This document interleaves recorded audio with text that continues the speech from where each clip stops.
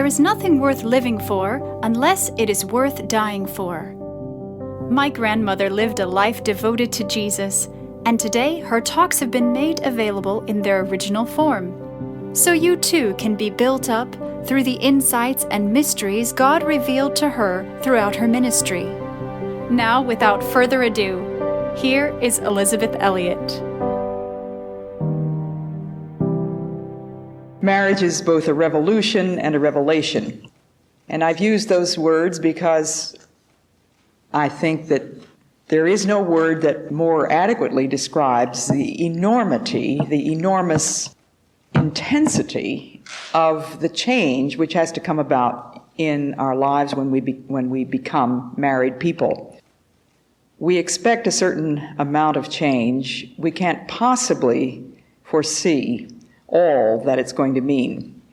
And as Mike Mason has said in his book, The Mystery of Marriage, it's kind of like having a tree in the living room. All of a sudden, there are all kinds of changes and revolutions and revelations in our lives. But it is an awesome privilege to have a husband or wife, to be given another human being in a special way as a gift from God, in a way that no other two human beings can relate. And I think of what marriage is and what marriage does. What love does, I should say. So marriage is, first of all, a revolution, and that's what I'm going to be talking about tonight. You have, I think, the titles of my talks. The first talk would be entitled, Love Gives Up Itself. Some of you may know that I have a radio program, and I get all kinds of response to that, most of it very good. Most of the people who don't like me, I'm sure, shut me off fast. But occasionally I get letters of criticism, and I had a letter from one lady saying that if I was going to try to tread on the ground of the psychiatrist or the psychologist, I better go and get a degree in psychiatry or psychology. I better stick rather with the Bible. Well, it is my intention always to stick with the Bible. And we will have time for questions and answers tomorrow, and if you have questions of any nature at all, please write them down, and I'll try to deal with as many as I can. But it is my purpose to back up everything that I say with the Scriptures. There will be many things which I say which may be purely opinions, and I would suppose that it will be fairly obvious to you that they are merely my opinions, and you're perfectly free to discard those. But I would hope you'd be much slower to discard anything which I can back up with Scripture. So this seminar is not by any means a sociological study. It's not a historical study. It's not psychological, nor will it be a sexual study. And I think in that it differs from most of the other seminars on marriage. People who have authority in those fields have very different things to say. But I see marriage primarily as a theological mystery of a profound spiritual character. And this is the angle from which I would hope that we can look at it during these 4 sessions. It is a theological mystery with profound spiritual character, mysterious dimensions. It is ordained by Christ, and it represents the greatest mystery that we know anything about, which is the mystery of Christ in the church. And that is, to me, the heart, the very deepest thing that we know about marriage. In fact, God chose the analogy of marriage to represent the deepest truth that we know anything about in the spiritual realm. The relationship between Christ, who calls himself the bridegroom, and the church, who is called the bride in the New Testament. In the Old Testament, we find the same imagery used to describe the relationship between God as bridegroom and his people Israel. as bride. And when Israel went off after other gods, they were committing adultery. They were whoring, God said. So we must constantly be going back and forth between the very human, down-to-earth reality of marriage and what it means for a sinful man to live with a sinful woman 365 days a year and somehow or other make a go of it and get along, and this deep spiritual mystery of the relationship between Christ and the church.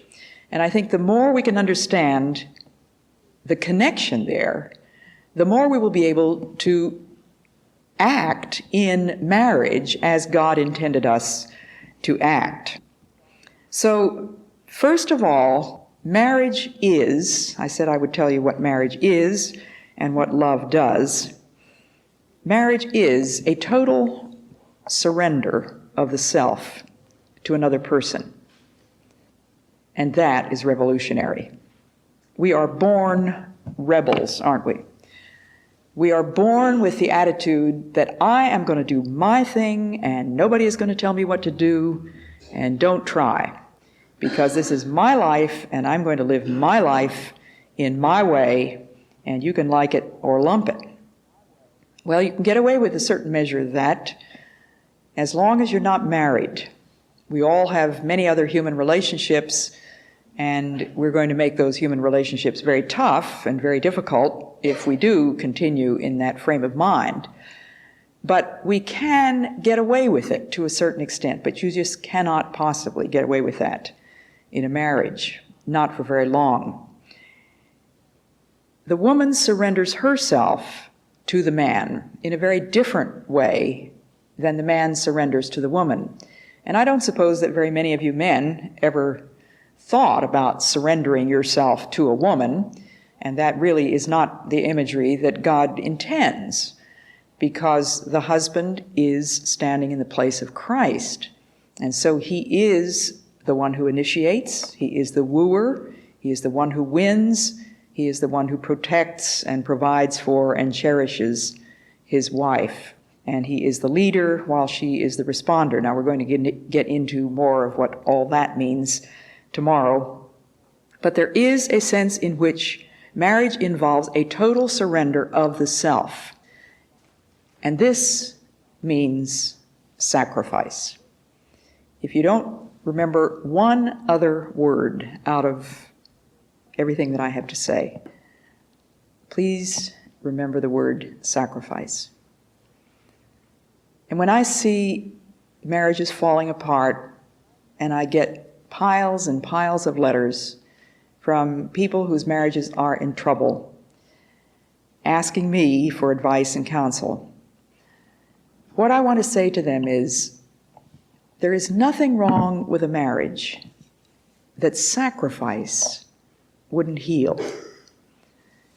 And of course I'm called oversimplistic, and that's oversimplification, and that'll never work, and what in the world are you talking about? But I hope that I can explain in this time together what I mean by that. But it starts with this idea of self-surrender. When I think of the word sacrifice as a Christian, I don't think primarily of loss and privation as much as offering and offering. And the man comes to this woman that he's fallen madly in love with and he can't live without, and he offers himself to her. I'll never forget when my husband, Addison Leach, was wooing me. He was a widower of 60 years old, and I was a widow of 42. And he wrote me what I used to call his geriatric letter. He wrote, this was before he had actually said, "Will you marry me?" But it was very obvious to me that he was closing in for the kill. And he outlined some of the things that I could expect if I was going to marry an old man. And he wanted to be very straightforward with me and say, now look, you've got to take a look at this. 18 years is a big difference. You've been a widow once, you're probably going to be a widow again. Now you've got to face this. And he outlined the fact that one of these days I was going to have to start cleaning his glasses, and then another day I was going to have to take over the driving, and then a whole more odious list of things that I might have to do. And having said all that, at the end of the letter he said, but having pointed out all of these things that you have to face, here I am, all of me, for you forever. But what kind of an offer is that? And I thought, isn't that an analogy of our offering ourselves as a living sacrifice to God? What do we have to offer when it comes right down to it? What is God taking on when I make my body a living sacrifice and say, Lord, here I am, all of me for you forever? But what kind of an offer is that? What is he getting? So there is the surrender of the self. And that was exactly what Ad was making, a surrender of this aging body, which he felt was certainly not much of an offer, not very attractive, but he was hoping that I might be willing to accept it, and I was dying to surrender myself to him. There was nothing in the world that I wanted so much as to belong to that man.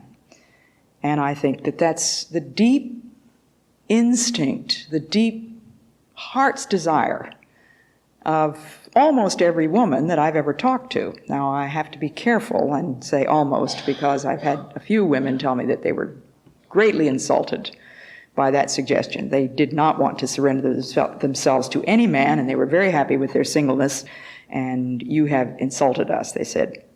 So I need to be careful about that. But this surrender of the self is an analogy of the spiritual life, which applies to this institution of marriage.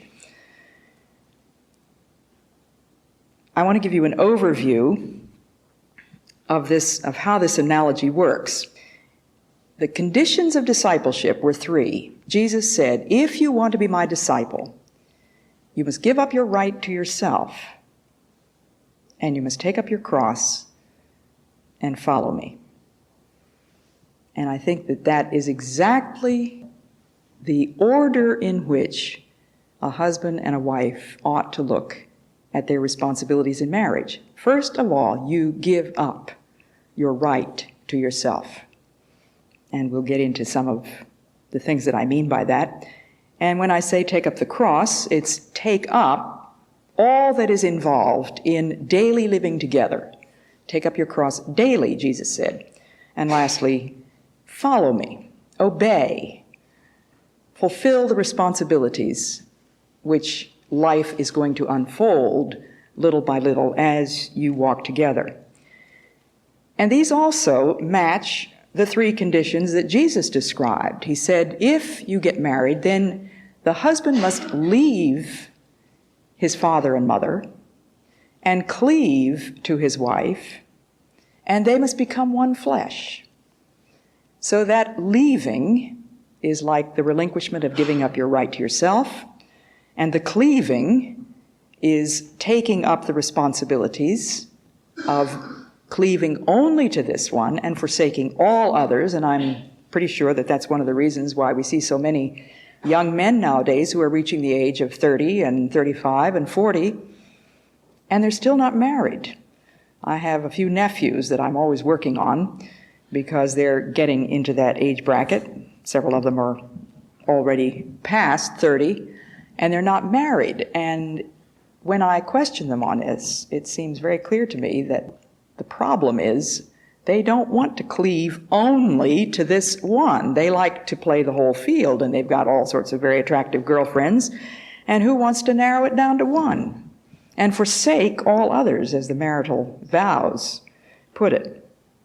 So leaving and cleaving and becoming one, those are all analogous to exactly what we're supposed to do in the spiritual life. All right, now for you, those of you who are desperately struggling to figure out where is the outline, where is this woman going, let me give you point one. The nature of love. And here again, we are up against revolutionary ideas from the scriptures, because what the world calls love amounts to not very much more than sentiment, mood, feeling, emotion, temperament, Or maybe, God help us all, only a glandular condition. Now, love, according to Scripture, is none of the above. It is not mood, feeling, temperament, sentiment, emotion, or a glandular condition. In fact, the love which I find described in Scripture hasn't anything to do with any of those things, nothing whatsoever. I know that many young people nowadays are writing their own, they call them marriage vows. My heart sinks when I hear that they're going to do this, because invariably it seems to be not vows, but a description of how they happen to feel about each other on that particular day. And you and I could give them a few clues about how long those particular feelings are likely to last. Very likely not more than 24 hours.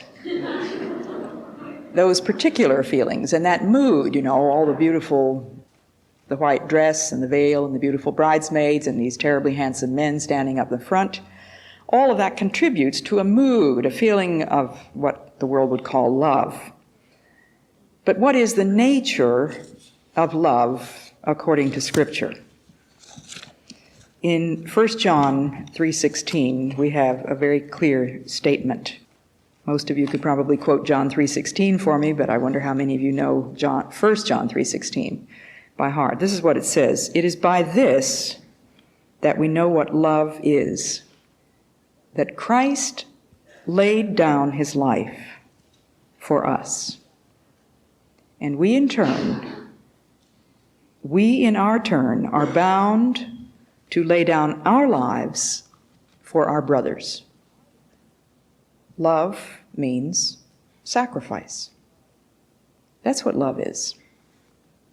Let me read the verse again. "It is by this that we know what love is, that Christ laid down his life for us. And we in our turn are bound to lay down our lives for our brothers." That's love. Love is stronger than death. Love gives up itself. Love lays down its life. Somebody just sent me a clipping from the Sarasota Herald Tribune, an article written by somebody named Nancy Smith called "Out of the Shadow of the Baby Boom." It's a very interesting analogy it's a very interesting analysis of the baby boomers and what characterizes them. She is a member of the baby boom generation. And it's a very long article, but I want to read you the last part of it. She says, "The mystery of the opposite sex is not what it used to be. It has been replaced by confusion. The lines have blurred. The roles are less rigid and clear. Men cry, women pay for lunch. Men wear ponytails, women wear biker shorts. This is all okay, but when a friendship turns intimate, we are playing a new game for which the new rules have not been written. Some of us have caught up with liberation rhetoric, some haven't. You can't be sure if your lunch partner will freak if you offer to pay for him or her, or if they will freak if you don't. Certainly it's no big deal to be single anymore, single meaning not having a boyfriend or girlfriend. Now get this. As for marriage, some of us look at it as giving up. That is, giving up the search, the quest for the better job, the better city, the better partner, the better life.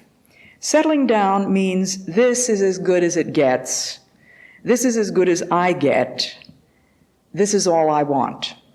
So what happens to a generation that seems to have so many options? It wallows in ambivalence. Having it all can be a burden. Our lives are so open, the choice is endless. We need to make decisions, but we don't want to leave anything out. We are grown-up children wearing the suit but keeping the ponytail. We are migrants in search of a more perfect home. We are seriously unserious. We are confident neurotics. We are undecided, leaving the doors open. We are pending. I thought that was an astute analysis of what's happening, and I think it helps us to understand these indecisive men. They don't want to give up. They don't want to close down the options, and that's exactly what my nephew Pete said to me after he brings by all these lovely girls, one after another. He calls me up and he tells me he's got a new girlfriend, can he run her by? And so he brings her over for tea, and I have a good look at her, and afterwards he calls me and he says, well, what did you think? Well, she's beautiful, she's lovely, she seems to be a Christian, she was a lady, I thought she was very feminine. Pete, what is wrong with you? And he says, but you remember Linda? You remember Joe? Do you remember Susie? I mean, they were all beautiful. And, well, I don't know. I'm pending. That's really what it boils down to, isn't it? As for marriage, some of us look at it as giving up. And that is exactly what I had planned to say to you before I got that clipping. But marriage is giving up. It is giving up all the rest of the options. It is giving up your childhood. And we don't want to do that either, do we? Paul says, when I became a man, I put away childish things. But there are an awful lot of men, physically men, who are still playing all kinds of games. I'm convinced that the American obsession with sports is one of the symptoms. Now, I'm not going to get into this. I know I'm stepping on all kinds of toes here. But what about this business of men with dirt bikes, and I don't know what you call those tremendous wheeled vehicles that go into mud? I've seen them on TV. It's just unbelievable that these full-grown men are spending money and time and energy on that kind of thing. But the hang gliding and the scuba diving, we see scuba diving in front of our house. We live on the ocean. Every Saturday and Sunday, there are these men out there scuba diving for what? For fun, when they should be home with their children and their wives and fixing things around the house, and taking male responsibility, in other words. So the nature of love is sacrifice. Marriage is giving up yourself. Love means giving up yourself. That is the nature of love. Now that is revolutionary, isn't it? It's impossible to love without sacrifice. I have a dear friend, an old lady who died when she was about 92. She was a single woman, but she was a very wise lady, and she was a great lover of dogs, as I am. We had lots in common there. We both loved Scottish Terriers particularly. And she said to me, the measure of your love for dogs is the measure in which you are willing to be inconvenienced. And I thought, well, that's a good definition of the measure of my love for anybody. The measure of your love for children is certainly the measure of your love to be inconvenienced. My husband, Ad Leach, who had 3 daughters, said that babies are a lot of trouble at both ends. And that's true, isn't it? I mean, there's a tremendous amount of inconvenience, and much more than inconvenience, real sacrifice. And that is exactly what love is about. Now, I'd like you to stop right here and think of the sacrifices involved in your marriage. Did you think first of the sacrifices you made or the sacrifices your spouse made? Probably most of us thought about the sacrifices we made. And let's be honest with ourselves, there are sacrifices. Now, I've never seen a bride walking down the aisle sobbing her heart out because she was going to be making all these sacrifices for this very handsome man standing down there in the front of the church waiting for her. The bride is radiant. They say all brides are beautiful. It's the happiest day of her life. She is giving up a whole lot of things, but that's not what she's thinking about. She's thinking about what she's getting. And here's a spiritual analogy again, isn't it? When we make our bodies a living sacrifice to God, holy, acceptable unto Him, what are we getting in return? Eternal bliss, fulfillment, joy, the expulsive power of a new affection. So when that bride walks down the aisle and she is going to give up her name, I hope, I hope she's not one who refuses to give up her name. She's going to give up her independence. She's going to give up her privacy. She loses the prerogative to make unilateral decisions, and so does the groom. He gives up his privacy. He gives up his independence. He takes on awesome responsibility, frightful responsibility, if he really thinks through it. And neither one is thinking about all those sacrifices because he loves. Love gives up itself so gladly that there's hardly a thought at the beginning. So you deny yourself, Jesus said, if you're going to be my disciple. You give up your right to yourself. The old King James Version says, if any man would be my disciple, he must deny himself, which means give up your right to yourself, or say no to yourself. Different translations have it different ways. And take up your cross and follow. So self-denial, self-sacrifice, self-giving, relinquishment, surrender, these are all the elements of love. And I hope that some of you are already beginning to think, maybe that's where I failed. I thought of marriage as being a wonderful gift that I'm getting. I didn't really think enough about the fact that I am to be a gift to this person, which is going to entail sacrifice. That I am to lay down my life for this person. You see, the world is telling us exactly the opposite, isn't it? The world is saying, do your own thing. Don't get caught in a compassion trap. Women especially, don't live your lives for your husband. Well, I have been single many more years than I have been married. As you know now, Lars has already told you how many years I've been married altogether, and you can certainly see the evidence in front of you that that does not constitute by any means half of my life. So I have been single. And I wanted with all my heart to surrender my independence, to give up my right to myself. And when I fell in love with each one of these 3 Christian husbands that God gave me, it was the easiest thing in the world for me to say yes. Yes, I surrender. Yes, I want to give myself to you.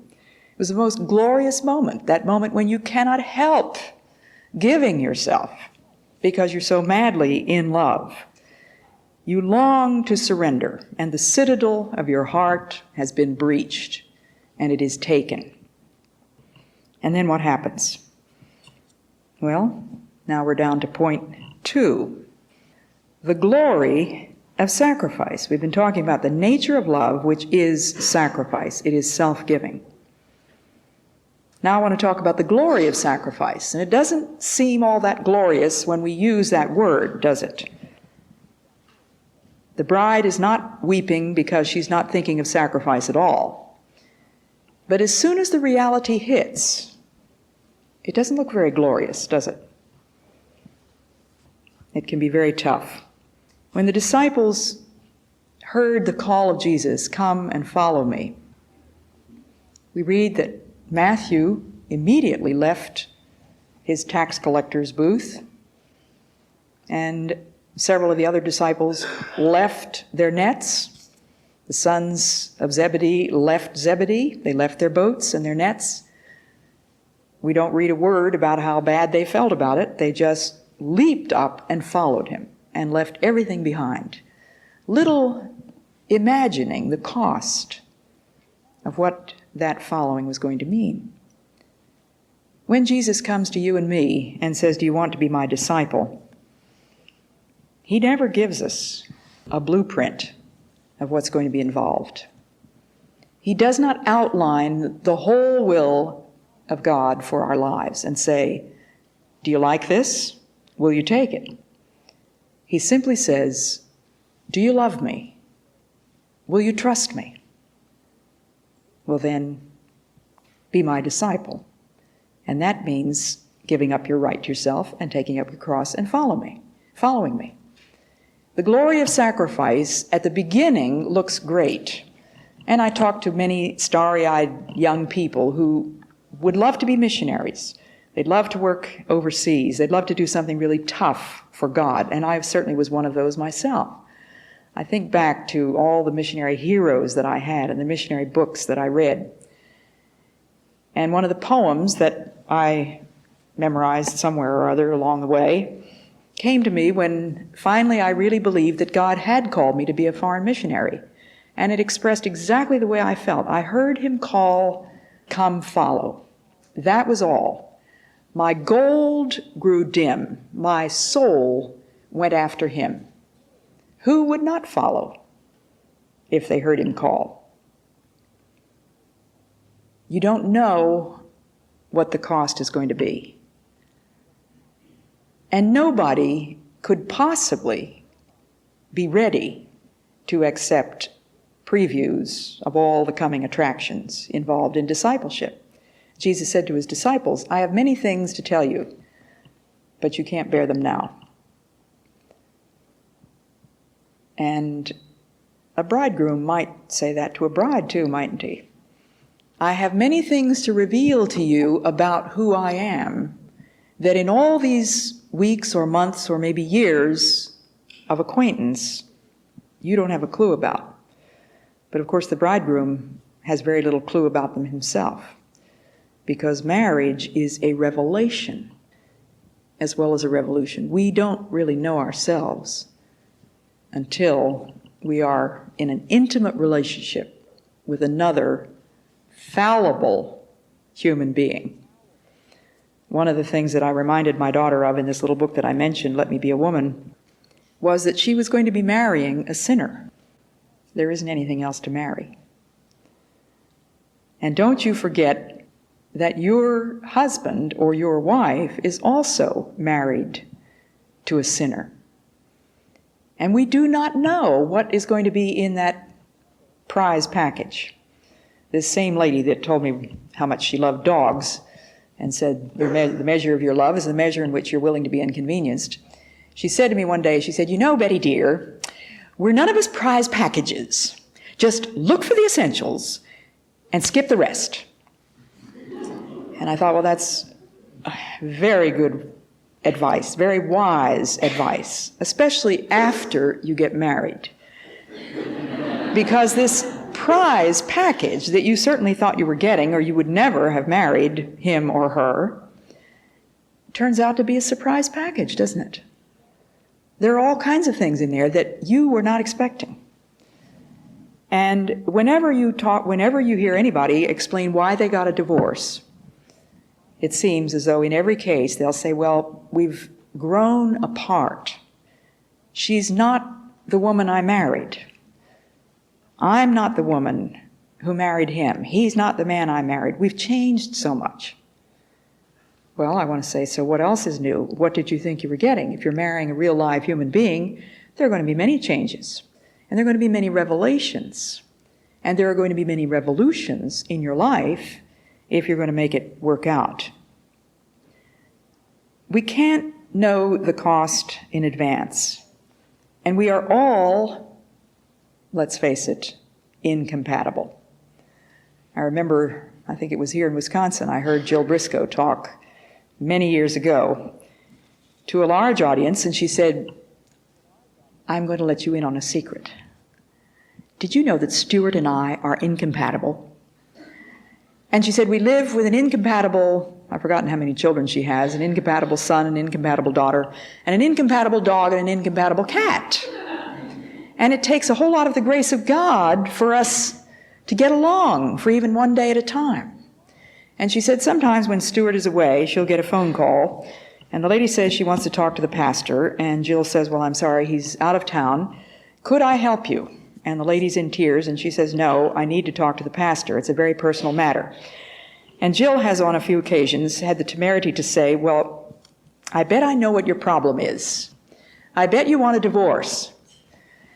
And the lady will say, "Well, how did you know?" And she says, "Well, I'm just guessing, but Stuart doesn't do divorces." And the lady says, Well, then Jill's next. I'm sure I'm not quoting her accurately, so if you know Jill Briscoe, why you tell her that I probably misquoted her all over the place, but I think I can make the point accurately. Somewhere in the dialogue, she says, "I bet I know what your problem is. Incompatibility." And the lady gasps and says, "Yeah, well, how did you know?" And she says, "Well, I just had a sneaking suspicion that that might be it, because every now and then I hear people talk about incompatibility. But you know, incompatibility is not a reason for divorce. It's a reason for marriage. We're all incompatible." And I think that's absolutely true. I have had, as Lars told you, 3 husbands. I still have number 3. He's still sitting out there. He's still feeling okay, as far as I know. And we're both hoping that there is no number 4 waiting in the wings. But all of them are very different. And I know that each of them had some of the same kinds of difficulties with me, but I had different kinds of difficulties with each of them. And there was a sense in which I was incompatible with each of them. Now, don't go out of here and say that I've had very bad marriages. They were wonderful marriages, both of the first 2 and the present one. But I know myself to be a sinner. And so where is this glory of sacrifice that we look at? We can't know the cost in advance. We don't see what the sacrifices are going to be. And it turns out that we are incompatible. And yet, we are building a home in love. We are building a new entity, a place, an arena where the mystery of Christ and the church is to be enacted. I like to think of the Christian home as a theater in which this tremendous spiritual drama is enacted of Christ and the church. And the husband is enacting the part of Christ, and the wife is enacting the part of the church. And we play out this drama as we live together as human beings, down to earth, fallible sinners. If we're going to live together 365 days a year, it's going to take a whole lot of grace of God and a whole lot of saying, "I'm sorry, please forgive me," and a whole lot of rolling with the punches, isn't it? Now, the third thing that I wanted to say is that every sacrifice, according to Mark 9, is to be salted with fire. Now, I don't really know what that verse means, and I have never found anybody that has been able to expound it very clearly to me. But there is something that my imagination gets a hold of here. In the Old Testament, salt was used in some of the sacrifices. But salted with fire, that's not a phrase that occurs in the Old Testament.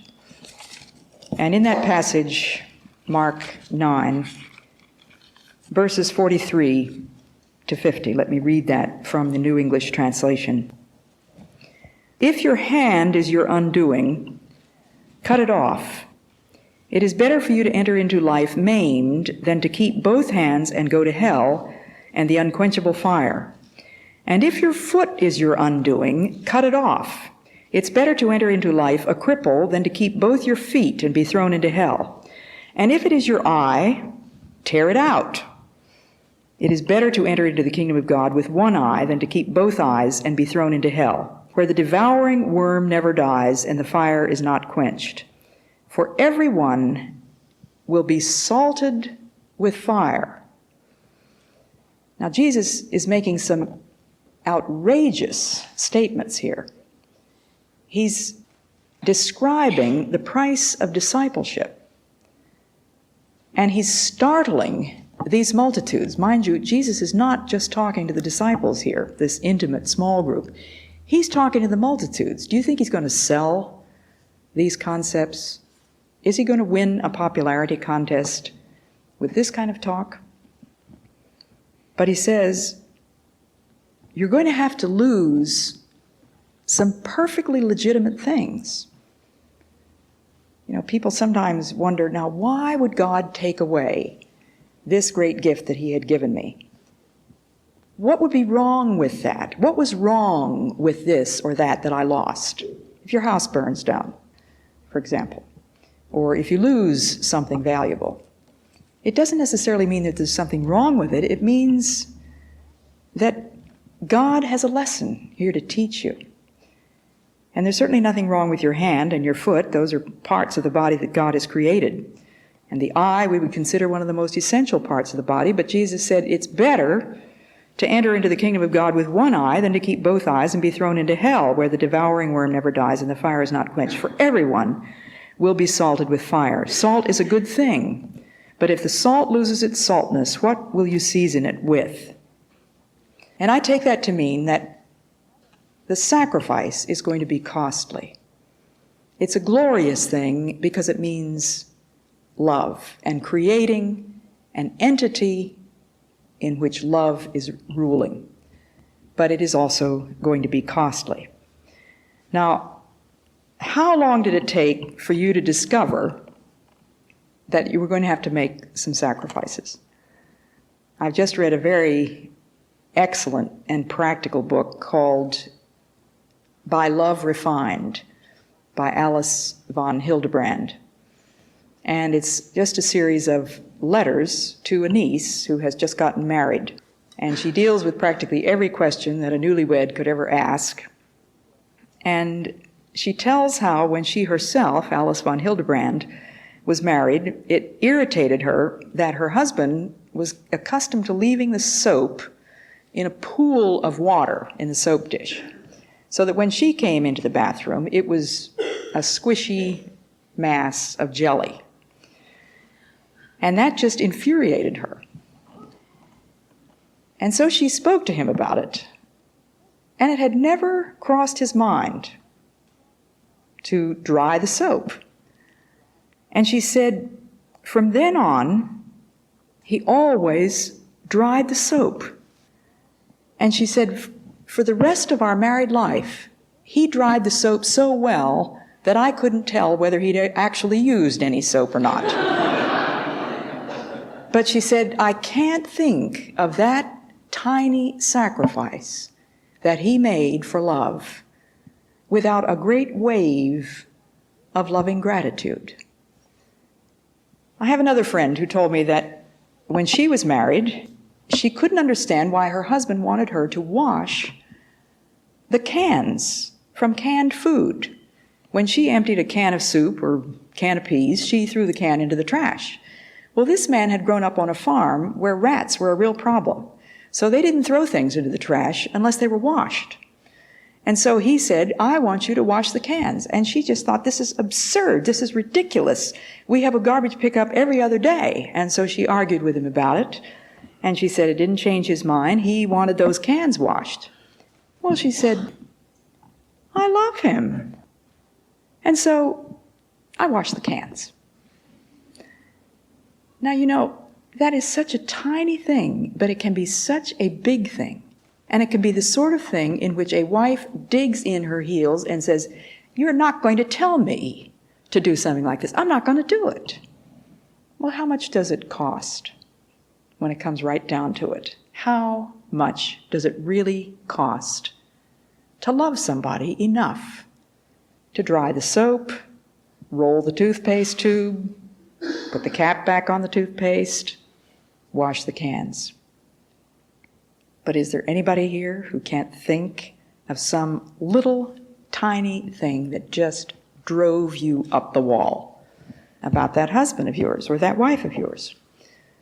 Oprah Winfrey had a program a couple of weeks ago on this very thing, asking couples to tell the thing about, from the husband's point of view, which was the thing that his wife did that still drove him up the wall, and the thing that the wife told about her husband.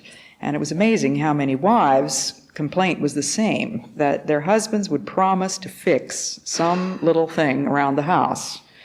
And somehow or other, that little thing stayed for weeks and months. And I'm not going to tell you about the little thing in our house that isn't fixed yet. But I remember my husband, Ad Leach, telling about how somebody broke a window. And he said, you know, it's not getting the window fixed that's the big problem. It's having your wife say to you every day, when are you going to get that window fixed, that drives you crazy. The cost is not some huge sacrifice that we think very much about most of the time. It's those tiny little things which indicate our attitude toward our spouse. Am I willing to lay down my life? Now, how do I lay down my life for my spouse? Not usually in anything very heroic, but in the willingness to say no to myself. The willingness to give up the right to be right. Now, I like to be right. I not only want to be right, but I want to be recognized as being right. And as somebody has said, the route to a happy marriage is whenever you're wrong, admit it. And whenever you're right, shut up. I want to be right. I don't want to be wrong. And so I'm an arguer. I'm a debater. And unfortunately, Lars realizes he's stuck with somebody who was actually a champion debater in college.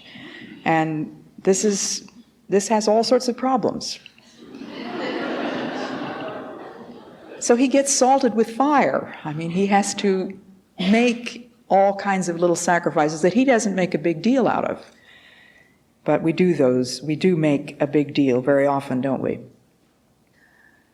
I've heard many, many stories of the first revelation of problems in marriage, and usually they occur within 24 hours. I'm not sure exactly whether it was 24 hours after I married my second husband. I remember 24 hours after I married Jim Elliot that something made me mad. I've completely forgotten what it was. But I was so shocked at myself because I thought, I love this man so much that I could never be mad at him, and never once during our engagement was I angry with him. Never once. And it was a horrifying revelation the very day after our wedding to find out that here I was gritting my teeth about something that Jim had done or said. And I'm glad that I've forgotten it now. But at least one day, maybe 2 days after I married Ad Leach, we were sitting in the hotel room. And at that point, I had a 13-year-old daughter who had been my only attendant in our wedding, and she had gone with a friend back to New Hampshire, where we lived. And I sat down to write a letter to my daughter. And suddenly I realized that there was a thundering silence on the other side of the room. And I looked over, and my husband looked as though he was furious about something. And I didn't know what it was, and I didn't say anything, and I just kept on writing the letter, and the silence went on. And of course I was completely absorbed. But finally, later that evening, after we had eaten a silent dinner, I found out that I had hurt Ad by writing that letter. I was floored. I said, what was wrong with writing a letter to my 13-year-old daughter? He said, we're on our honeymoon. He said, you cut me out. You didn't. I said, what did you expect me to do? He said, you didn't say, I'm going to write a letter to Valerie. What a tiny thing. But he was really hurt. And I was thoughtless and selfish in not having said something about it. I had to learn that this man was sensitive in a way that I wouldn't be sensitive. Do you know anything about that kind of thing? You men, you can be hurt in ways that we women can't even imagine. And I suppose psychiatrists sometimes would explain it as being the male ego. And we women are told that the male ego is very fragile and it has to be handled very gingerly.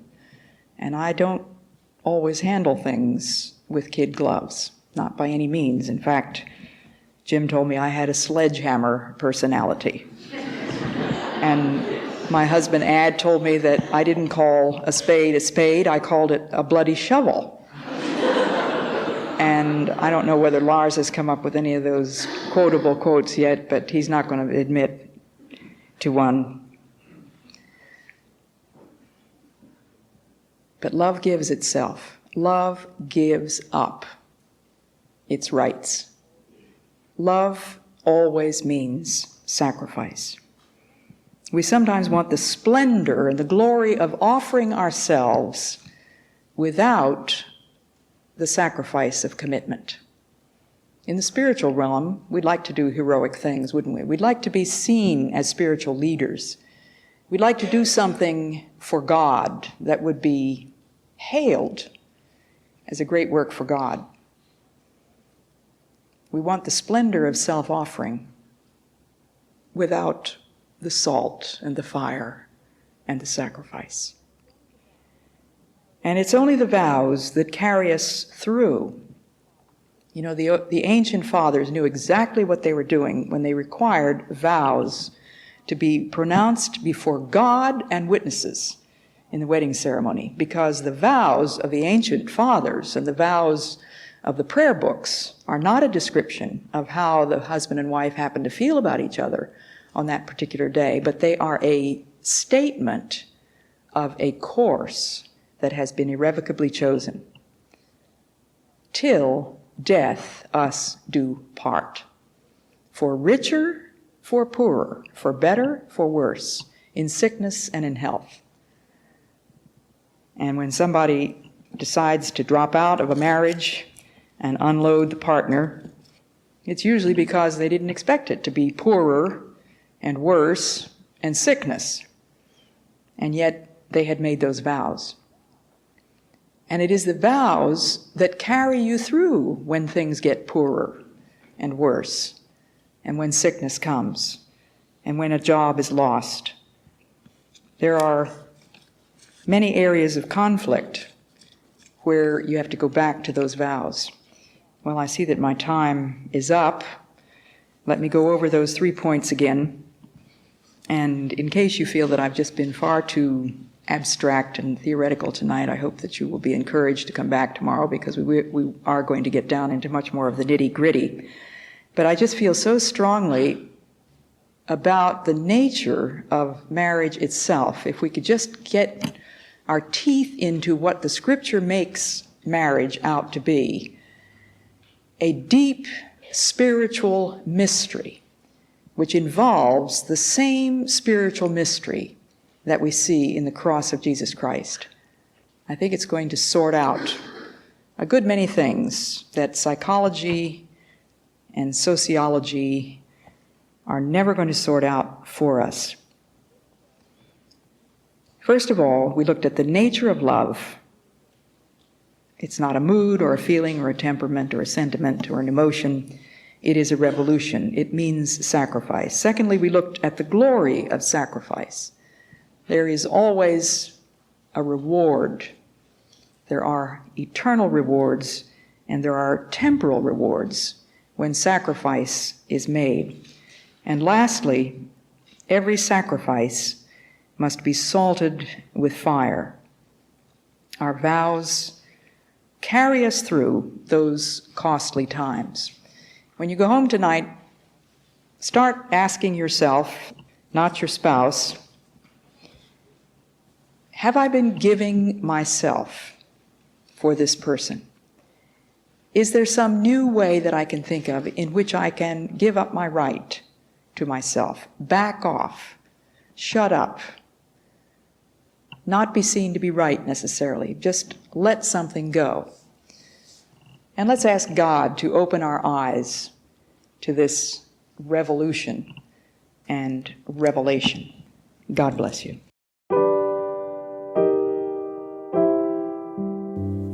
I pray you've been encouraged and inspired by what you've heard today, and will keep joining us here and on social media for My Granny's inspiration.